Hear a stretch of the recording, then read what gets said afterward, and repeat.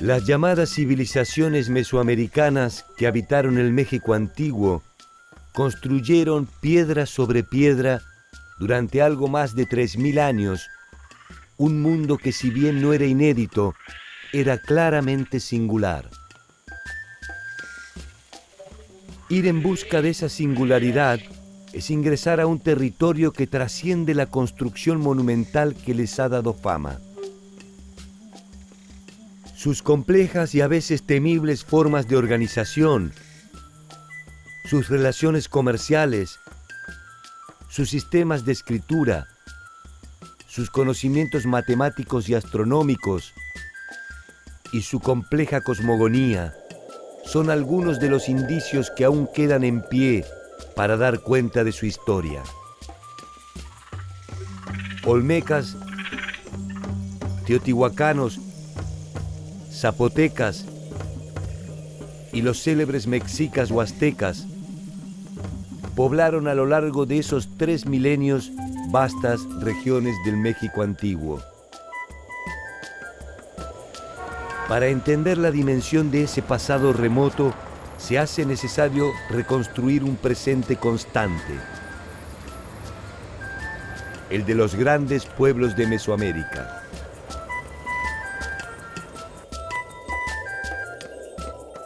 ¿Cómo concibieron el orden del mundo los grandes imperios mesoamericanos?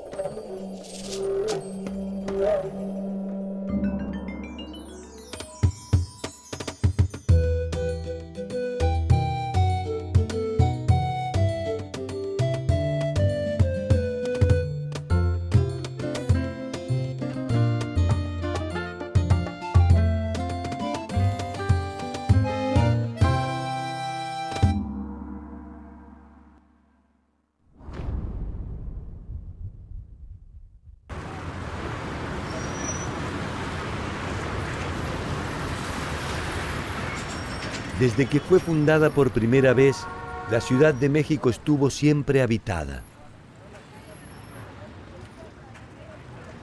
A diferencia de muchas de las ciudades mesoamericanas, esta nunca fue abandonada.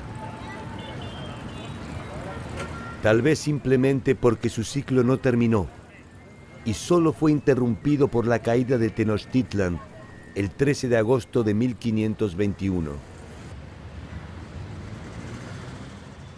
Las huellas de sus 3 ocupaciones, la originaria, la española y la mestiza, se concentran en la Plaza de la Constitución. A escasos metros de la plaza, honrando quizás las casualidades o los designios, se encontró también un 13 de agosto, pero en 1790, una escultura monumental representando a Coatlicue, la madre de todos los dioses mexicas.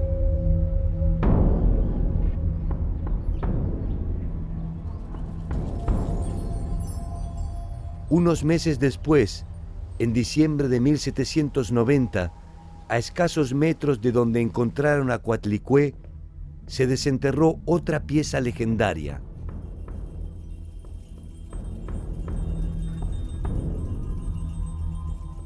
La Piedra del Sol.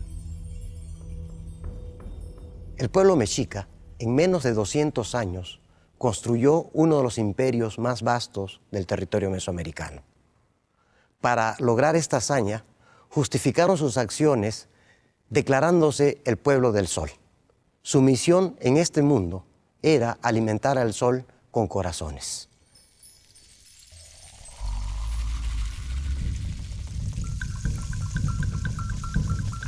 Uno de los monumentos más importantes en cuanto a alegoría al sol es el mal llamado calendario azteca.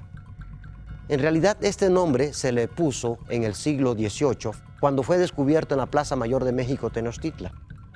En ese entonces se pensó que era un calendario. En realidad, el nombre correcto es la Piedra del Sol. Después de su hallazgo, la Piedra del Sol fue trasladada para su exhibición a la Catedral de la Ciudad de México. Coatlicue, en cambio, es confinada al poco tiempo al patio de la Real Universidad. Recuperadas a escasos metros de distancia una de la otra, la Piedra del Sol con un destino público y Coatlicue con uno anónimo. Coatlicue, la de la falda de serpiente, es la diosa madre, es la tierra. Pero antes de que el sol naciera, existían sus hermanos, las estrellas, y su hermana, la luna. Cuando estos se enteraron que la madre iba a parir a el sol, que es Huitzilopochtli, decidieron atacar a la madre. Pero Huitzilopochtli nació antes de tiempo y con su espada de serpiente de fuego destruyó a sus hermanos, especialmente a la luna. El monolito de la Coyolxauhqui es quizás el monumento que haga mejor alusión a lo que es el fenómeno lunar. Este monumento se encontró al pie del gran templo mayor. Las 4 extremidades y la cabeza han sido separadas del torso. Esto nos está indicando de que la luna no siempre sale de forma circular, sino que la luna ha sido cercenada y justamente fue cortada por su hermano, por Huitzilopochtli, el sol. Este monumento conmemora el mito del triunfo del sol sobre la noche.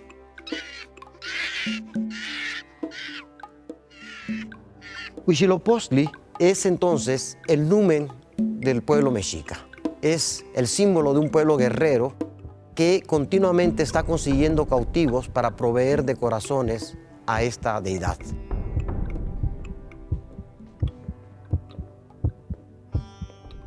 La exhibición de la Piedra del Sol, según narran los cronistas, intentaba demostrar a los enemigos de España, fundamentalmente a Francia y a Inglaterra, que la conquista de América no se había realizado sobre un pueblo ignorante, sino sobre una civilización con ciencia y conocimiento.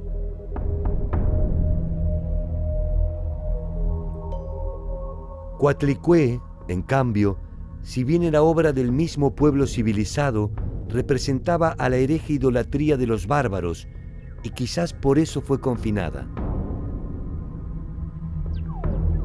Al poco tiempo, los indígenas comenzaron a realizar pequeñas ofrendas a los pies de Coatlicue. Esto fue suficiente para que se decidiera volver a enterrarla, en esta ocasión en el académico patio.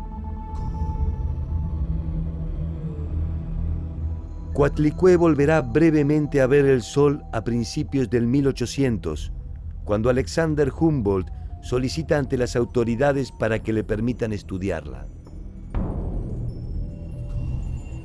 Concluida la pétrea autopsia, volvió a ser enterrada y solo recuperó su libertad en 1824 a instancias de la Revolución.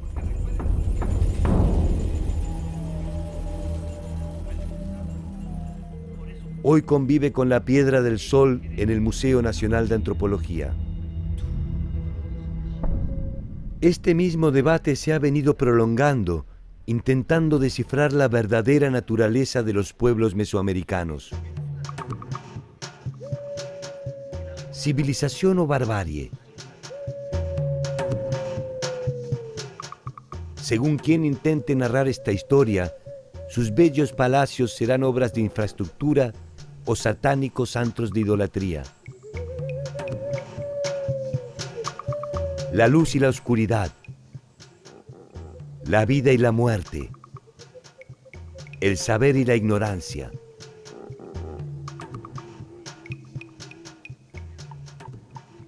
¿Un mundo distinto o el mismo mundo de siempre? Estas son algunas de las contradicciones que pueden empezar a contestarse a partir del conocimiento del pasado mesoamericano. Cuentan que cuando los mexicas o aztecas sometían a un pueblo, no solo tomaban posesión de sus vidas y riquezas, también se llevaban sus dioses hasta el templo de Coatlicue. Allí ponían en sacro cautiverio las representaciones de estos dioses.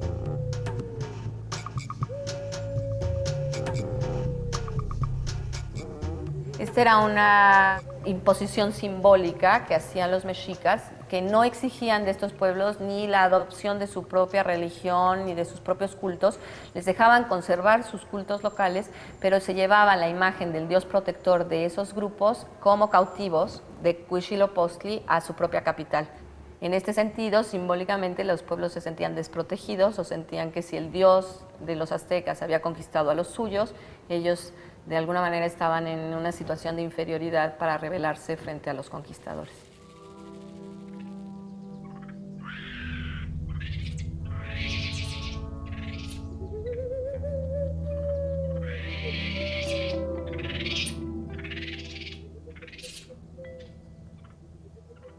Esos dioses, los primordiales, quizás estén aún ocultos a la espera de solsticios más favorables.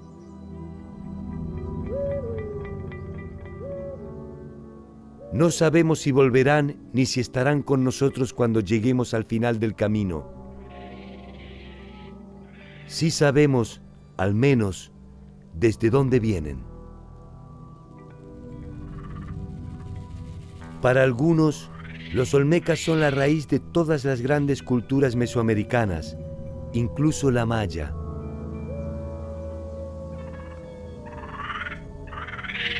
Para otros, apenas un conjunto de relaciones entre grupos pares que no necesariamente constituyen una unidad política. Olmeca es una palabra de origen náhuatl que quiere decir la gente que vive donde crecen los árboles de hule. Tiene la misma raíz que oli, movimiento, y que hule, que es el producto con el cual se hace la pelota para el juego. Los olmecas se desarrollaron en el sur de Veracruz y en el este de Tabasco, en lo que es la principal cuenca hidrológica de la República Mexicana. Ahí va el río Sumacinta, el río Grijalba, el río Coatzacoalcos, el río Papaloapan. No sabemos cómo se llamaban a sí mismos, porque hacia 500 antes de nuestra era prácticamente habían desaparecido. El fenómeno olmeca podemos ubicarlo entre 1200 antes de Cristo y 500 antes de Cristo.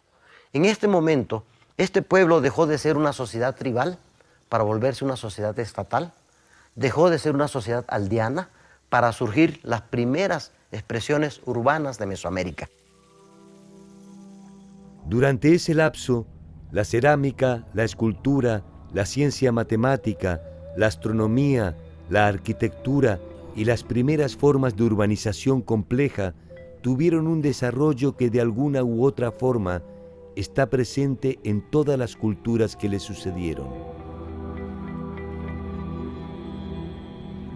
De sus producciones artísticas podemos inferir el carácter sagrado de su autoridad política y su fuerte estratificación social.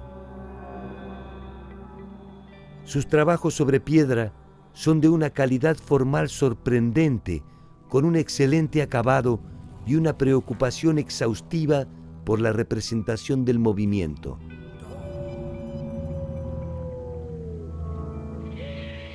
Queda aún mucho por saber acerca de los olmecas, tal vez porque cada hallazgo no hace más que abrir una nueva bóveda de misterios.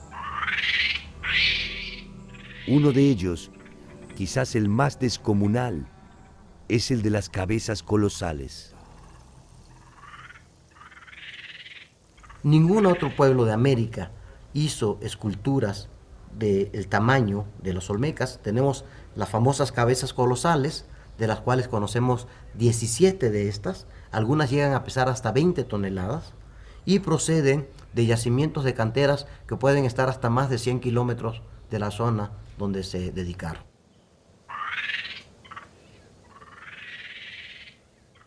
Son ellos los primeros en adelantarse a su propio tiempo. Una sociedad aldeana que comienza a establecer un sistema de creencias que habrá de perdurar hasta el día de la fecha. Quizás lo más importante de los olmecas es de que plasmaron gráficamente una ideología que posiblemente existía desde mucho antes, pero como no se plasmaba en materiales duraderos, no había llegado. Entonces los olmecas son los creadores del primer sistema semiótico de comunicación en Mesoamérica. A través de una serie de signos nos van a mostrar a sus dioses.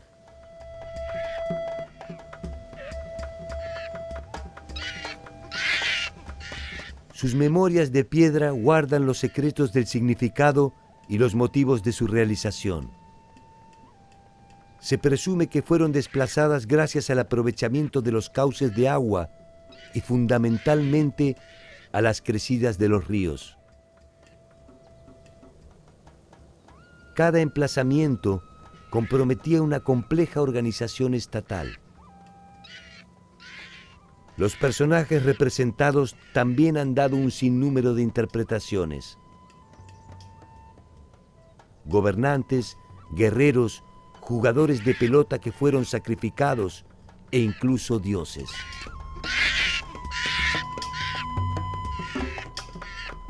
Su presencia la tenemos en toda Mesoamérica. En todas partes encontramos objetos olmecas. Por eso se piensa que es el cimiento con el cual crecieron todas las demás culturas mesoamericanas. ¿Son o no son los primeros? ¿Cuánto es aquello que se debe al impulso peregrino de su cultura? Tal vez algún día la investigación pueda descifrar el enigma silencioso de su pasado. Hasta entonces, sus dioses solemnes son los únicos que sostienen el mundo.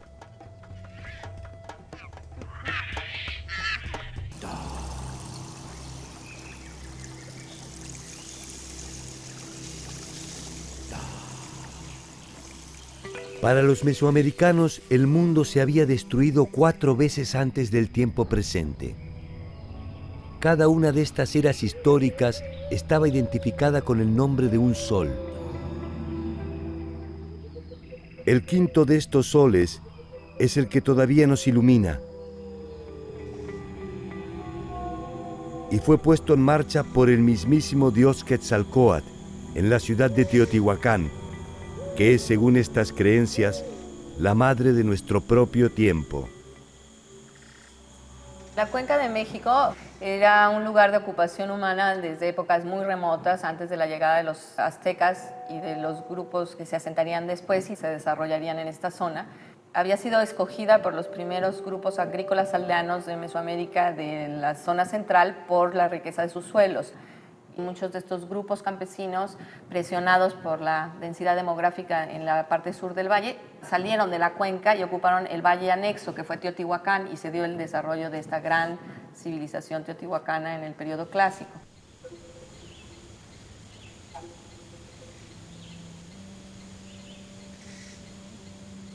Teotihuacán, el lugar donde se hacen los dioses, es el nombre de esta majestuosa ciudad.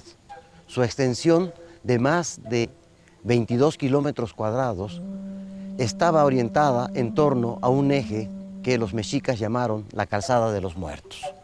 Esta calzada corre desde el norte, donde está la pirámide de la Luna, pasa por la pirámide del Sol y continúa hacia el sur, hacia el conjunto llamado la Ciudadela, donde se localiza el templo de Quetzalcóatl.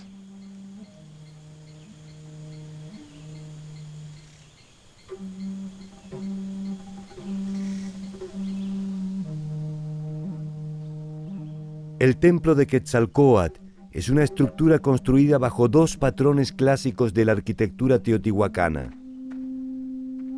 Fue descubierto en los años 40 en perfecto estado de conservación, gracias a que sobre él los teotihuacanos habían construido otro templo.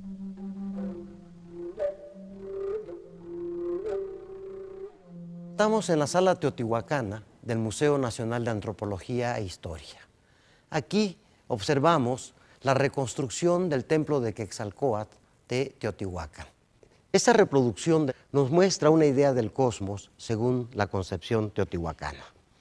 Vemos aquí un ambiente acuático, a pesar de que Teotihuacán está a más de 300 kilómetros en líneas rectas del mar, lo cual nos indica que no es un retrato del mar en su forma natural, sino que se trata del océano primordial, el mar primigenio donde fue creada la tierra. Entre los mitos mesoamericanos se cree que la tierra es un cocodrilo que flota en el océano primordial y las escamas son las cadenas montañosas. De ahí que este ser que está cargando la serpiente sea la tierra flotando en el océano primordial, pero flota gracias a que es sostenido por el cuerpo de la serpiente. La serpiente muestra el cuerpo de perfil, pero la cabeza de frente. Vemos cómo a través de este movimiento la cabeza gira 180 grados y sale de frente.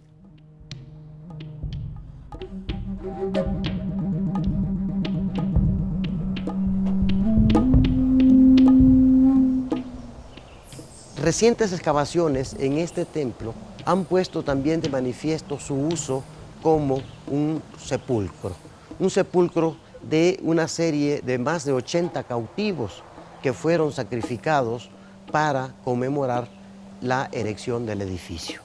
Algunos de ellos están con los brazos atados en la parte posterior y llevan objetos de jade que muchas veces proceden del área maya, por lo que se piensa que sean cautivos que fueron traídos hasta Teotihuacán y sacrificados para la dedicación de este templo. El templo de Quetzalcóatl es una referencia ineludible para entender la dinámica teotihuacana. Conviven en él una sofisticada arquitectura, la devoción a sus dioses, una manera de ver el mundo, objetos exóticos y sacrificios humanos, es decir, ciencia, espíritu, orden, diversidad y poder. Quizás el templo nos diga más que lo que la historia puede atestiguar. Curiosamente, uno de los problemas de Teotihuacán es la falta de un sistema de escrituras pleno. A diferencia del área maya o a diferencia de Oaxaca, donde tenemos un sistema de escritura bien reconocido, en Teotihuacán no tenemos un corpus de escritura bien reconocido. Entonces, como no tenemos estos textos, no tenemos referencia de sus gobernantes. En el área maya tenemos perfectamente identificadas las genealogías. ¿Quién es el papá y quién es el hijo y cuántas generaciones gobernaron? Si es el hijo mayor, si es el hijo menor. Todo nos lo dicen los textos jeroglíficos.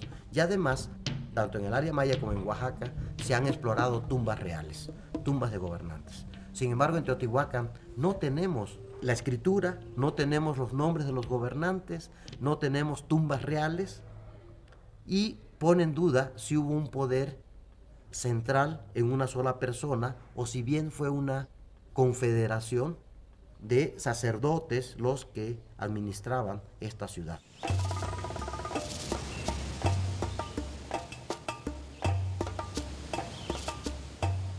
Teotihuacán alcanza su esplendor entre el siglo V y VII después de Cristo.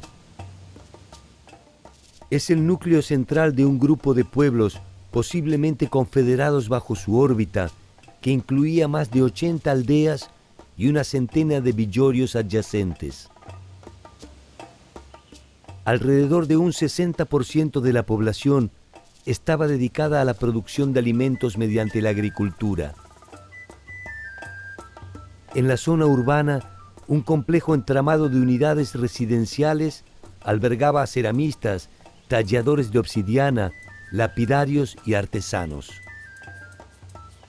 Podemos imaginarnos un día de Teotihuacán, lo populoso de la ciudad, las peregrinaciones llegando a ver las celebraciones a los dioses patronos. Teotihuacán era una ciudad cosmopolita. Se han detectado barrios zapotecas, barrios mayas, barrios huastecos y la población local. Esta variedad étnica se unificaba bajo la tutela de un mismo sol. El camino más corto para llegar a él era la Pirámide del Sol, uno de los principales monumentos de América. Está construida sobre una cueva natural por la cual se ingresa al interior de la pirámide. Posee en su interior 4 cámaras que representarían el ingreso al inframundo. Orientada hacia el poniente, con cuerpos escalonados en forma de talud, alcanza una altura total de 63 metros.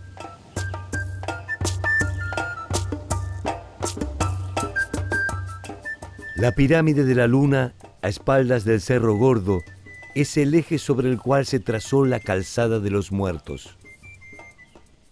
Los mexicas la llamaron así, porque Teotihuacán funcionó como un sitio sagrado donde los pueblos que le sucedieron a su abandono enterraban a sus muertos. Como toda ciudad era una plancha de concreto. No habían árboles en torno a la ciudad, porque tenemos que pensar en los campos de cultivos, pero también tenemos que pensar en la cantidad de madera y de leña que se necesitó para estas construcciones. Eso provocó una gran desforestación y posiblemente sea una de las causas, no es la única, pero sí sea una de las causas del abandono de Teotihuacán.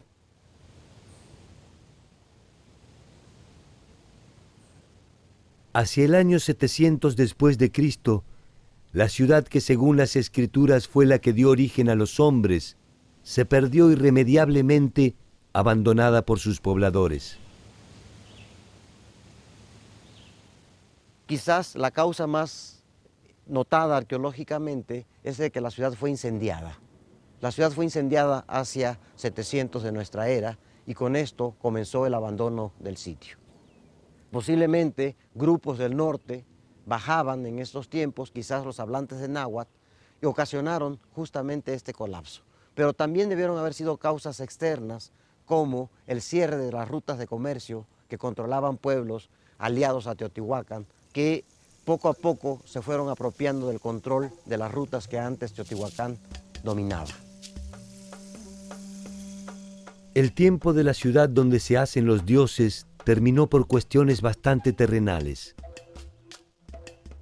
Tal vez la migración de los grupos del norte, tal vez el deterioro del ecosistema, tal vez una rebelión de sus propios pobladores o la asfixia de sus aliados más importantes.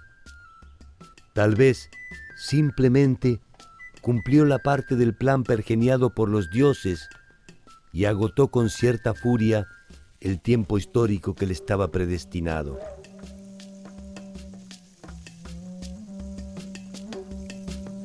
Uno de los tantos barrios teotihuacanos era de origen zapoteca. Los teotihuacanos se dispersaron con el fin de la ciudad. Los zapotecas atravesaron el sinuoso derrotero del tiempo para llegar a nuestros días. El ser zapoteca en Oaxaca es muy importante. Es el grupo indígena más numeroso. Estamos hablando de más de 400,000 hablantes de zapoteca en la actualidad, con una distribución muy amplia en el estado.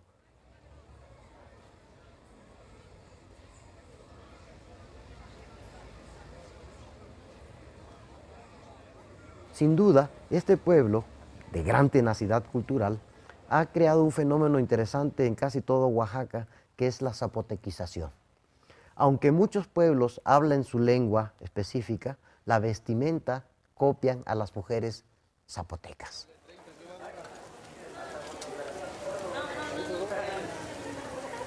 Entonces, los legados culturales de los zapotecas van desde los de la época prehispánica, donde algunos investigadores piensan que el origen del calendario, el origen de la escritura mesoamericana se desarrolla en Monte Albán, hasta la presencia actual en Oaxaca del grupo zapoteca.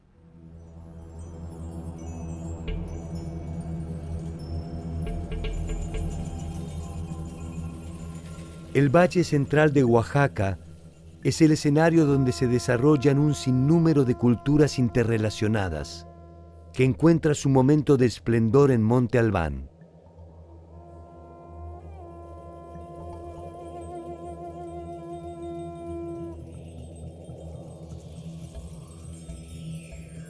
Monte Albán fue el centro urbano más importante de la cultura zapoteca. Allí llegaron a habitar más de 30,000 personas.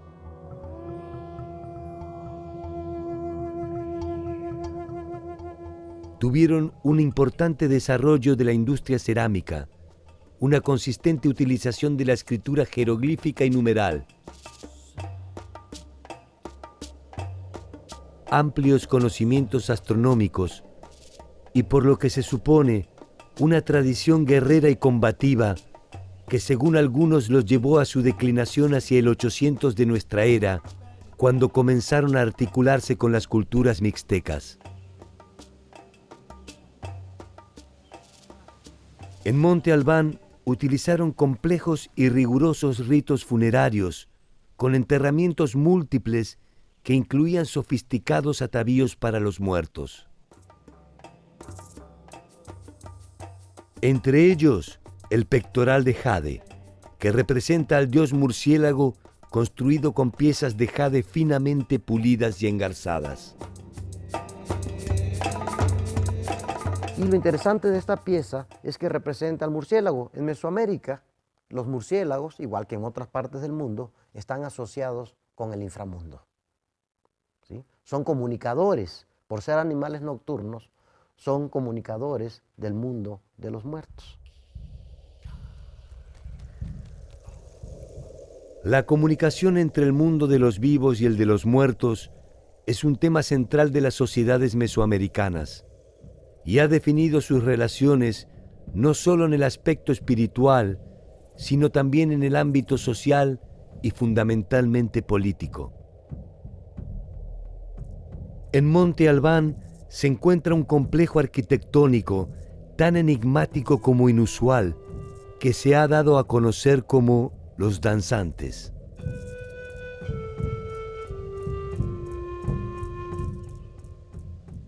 Se trata de más de 300 lápidas talladas sobre piedra que revisten un edificio con representaciones de personajes en distintas posiciones.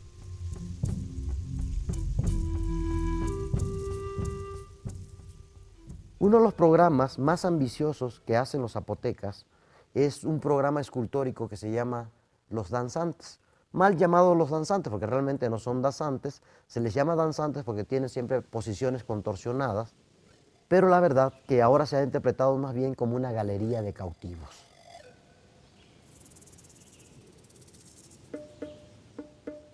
¿Quiénes fueron los misteriosos danzantes? ¿Qué idea representan?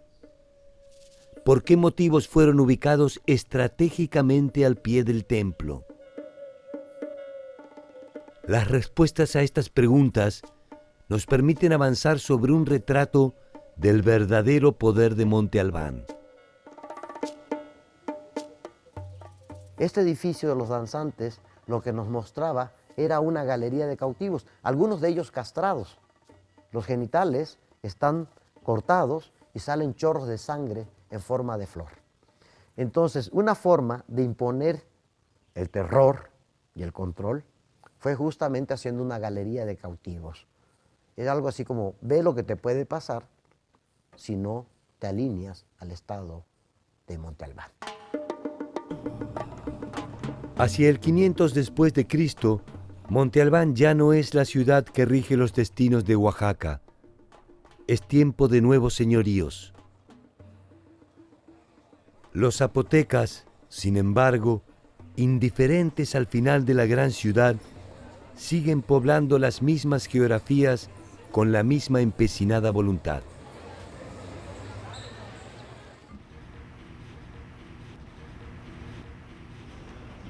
Los pueblos de Mesoamérica organizaron el cosmos, al igual que el resto de los pueblos del mundo, en torno a un eje vertical que incluye al inframundo, el mundo de los muertos, el plano terrenal donde interactúan los humanos y el plano celestial donde viven los astros.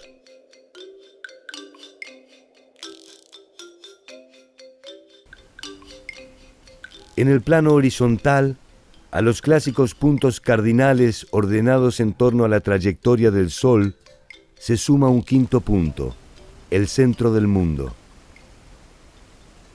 En esta parte del centro se yergue el Axis Mundis, el árbol cósmico, el árbol de la vida, cuyas raíces van al inframundo, pero cuyas ramas van hacia el cielo. Entonces, este Axis Mundis es el principal medio de comunicación entre los tres niveles del cosmos.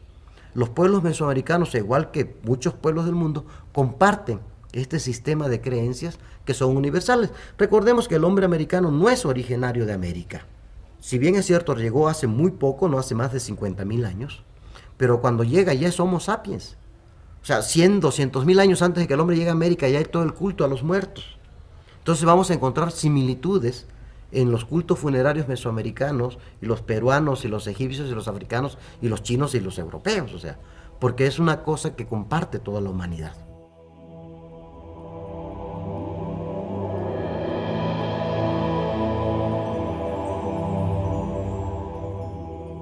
Podemos reconstruir esta interpretación merced a los textos que han sobrevivido a la persecución política y religiosa y que se han identificado como códices.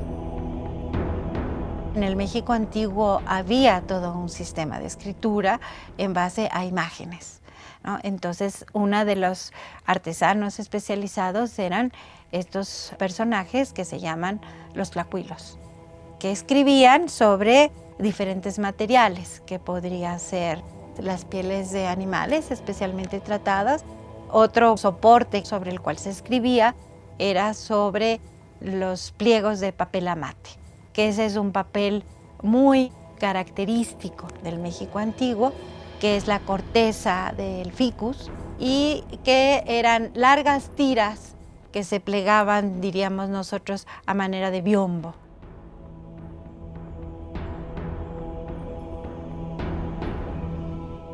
Los códices tienen contenido de distinta naturaleza. Hay códices completamente históricos, hay códices genealógicos, hay códices astronómicos. Por ejemplo, los 3 que conservamos del área maya contienen tablas de eclipses, presagios acerca del destino de los días, etc.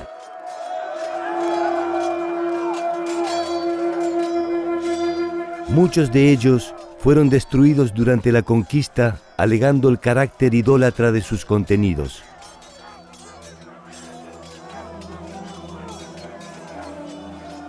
Los pocos que sobrevivieron, en su mayoría, están archivados fuera del territorio mexicano.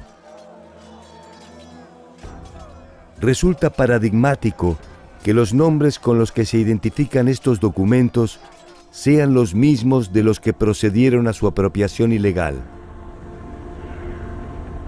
Entre estos códigos se encuentran el florentino, el Boturini, el Madrid, el Dresde, el Borgia y el Vaticano.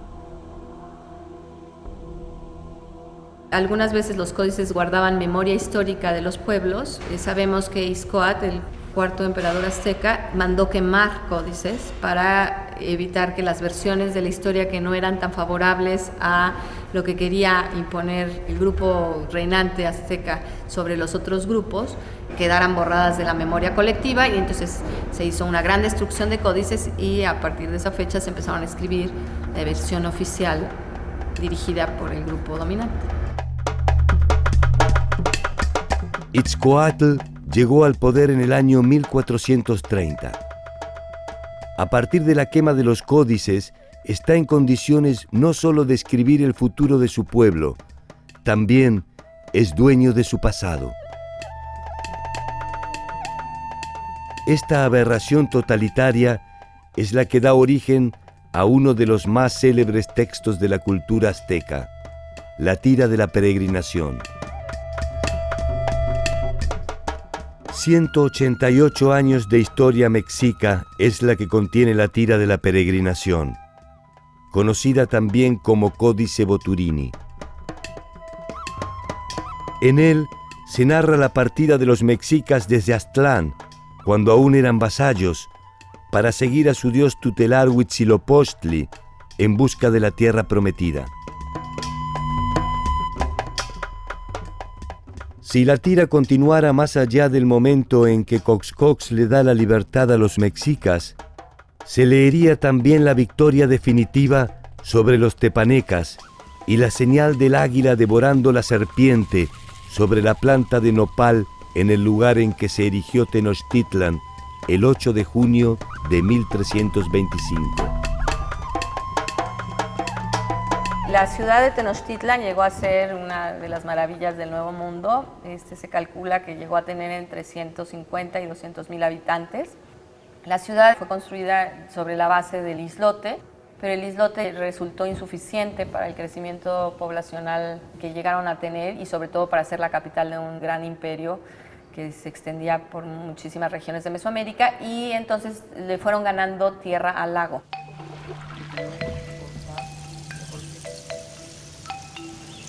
Se hizo por un sistema que se llama chinampas, de construcción de suelos que se ganan al lago. La ciudad tenía tanto calles construidas para circular como canales para las canoas. La ciudad como islote estaba unida a la tierra firme por medio de 4 grandes calzadas y luego una gran calzada dique, de la cual es una obra de ingeniería mayor que hicieron los mexicas en la época ya de esplendor de su cultura.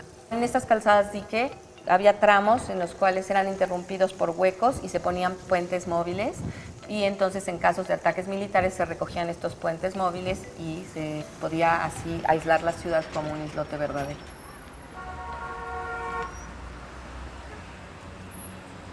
El centro de la ciudad concentraba el poder político y religioso en uno de sus edificios emblemáticos, el Templo Mayor. El Templo Mayor es el corazón de la ciudad. Este templo no está dedicado a un solo dios, sino está dedicado a 2 dioses que generan la economía de la sociedad mexica: Huitzilopochtli en el sur y Tlaloc en el norte. Huitzilopochtli es una deidad guerrera. Quizás es una deidad que traían los mexicas desde el origen de su peregrinación, mientras que Tlaloc era una deidad de agricultores establecidos previamente en esta zona. De esta manera, los mexicas crearon un vasto imperio. Por un lado la guerra, capturando esclavos para sacrificarlos al sol, pero sobre todo obteniendo áreas de tributación, cada vez áreas de tributación más lejanas del territorio mexica. La grandeza de Tenochtitlan, su imponente aparato militar y la convicción de sus gobernantes a propósito de su destino no tardaron en llevar a la ciudad a un liderazgo regional que se consolidó mediante la formalización de lo que se conoce como la Triple Alianza. Esta unió a los reinos de Tenochtitlan, Texcoco y Tlacopan en un entramado de intercambio de derechos, tributos y territorios que resultó siempre más favorable a Tenochtitlan. La compleja organización administrativa de los mexicas puede reconstruirse mediante el estudio de un documento conocido como Códice Moctezuma o Matrícula de Tributos. Entonces, ¿qué es la matrícula de tributo? En él se especifica cuáles eran las localidades tributarias y cuál era la dimensión del aporte que debían entregar a los señores de Tenochtitlan. Si nosotros nos fijamos en la toponimia, en los nombres de los pueblos, podemos hacer una reconstrucción de los lugares geográficos que estaban dominados por Tenochtitlan. Podemos también saber la cantidad de tributos que se entregaban y la especialización local de estos artesanos.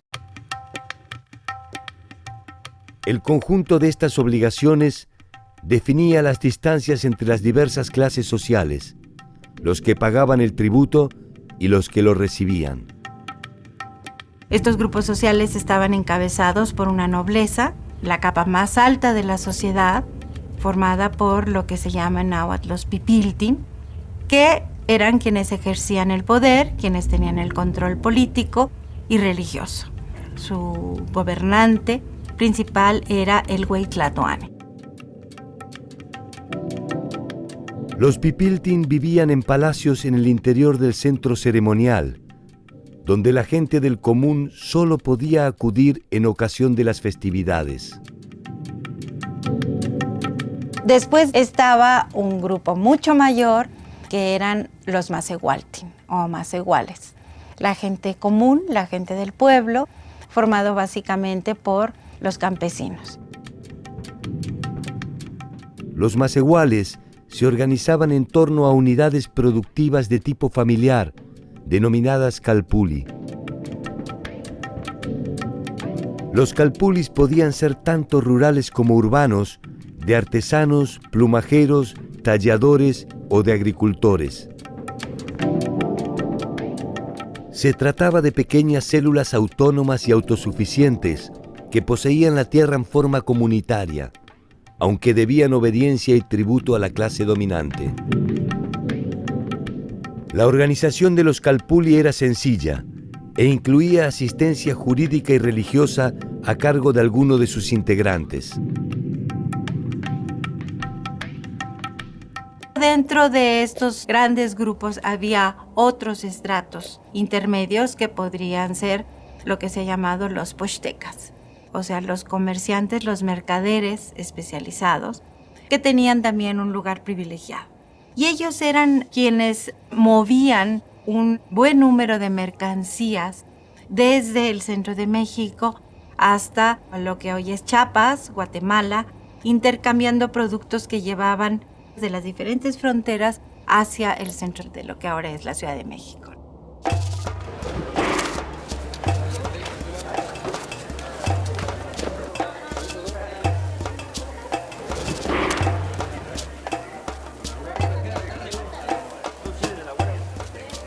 El mercado fue una de las instituciones centrales del mundo mesoamericano. Alimentos, bebidas, vestimentas, canoas y ornamentos se intercambiaban entre los pobladores, definiendo la dinámica interna de la sociedad. Se dice que el mercado de Tlatelolco podía albergar varias decenas de miles de comerciantes y que el bullicio de su actividad podía ser ensordecedor.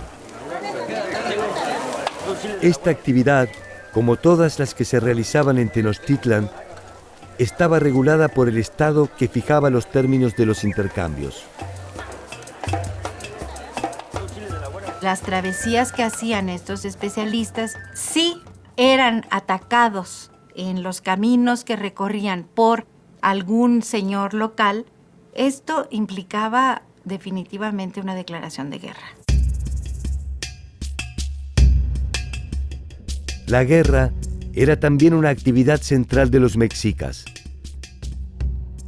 No solo desde el punto de vista estratégico y político, sino porque, a partir de ella, se obtenían los prisioneros que iban a ser sacrificados para mantener al sol en movimiento constante. Mientras que el conjunto de los macehuales estaba destinado a morar en el inframundo, los guerreros que habían muerto con dignidad se transformaban en pájaros y acompañaban al sol en su viaje por la bóveda celeste, junto con las mujeres que habían muerto al dar a luz.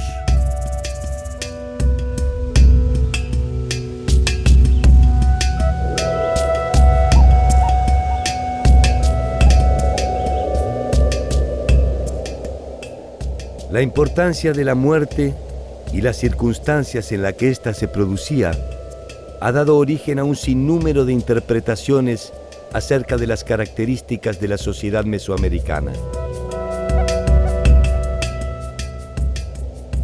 Sería ingenuo pensar que las clases dominantes no utilizaron el miedo para conservar sus privilegios. También sería ingenuo pensar que la compleja forma en la que las sociedades organizan su espiritualidad es solo una simple treta de los poderosos.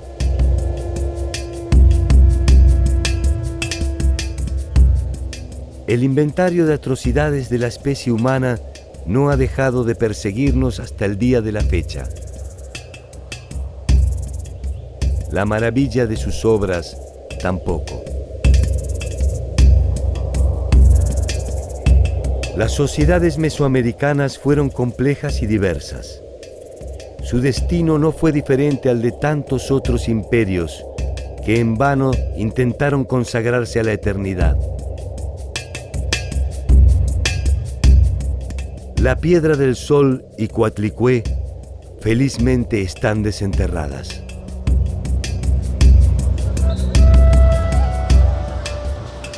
Mal que nos pese, no es nuestro derecho ocultar a una u otra para ofrecer una versión conveniente del pasado.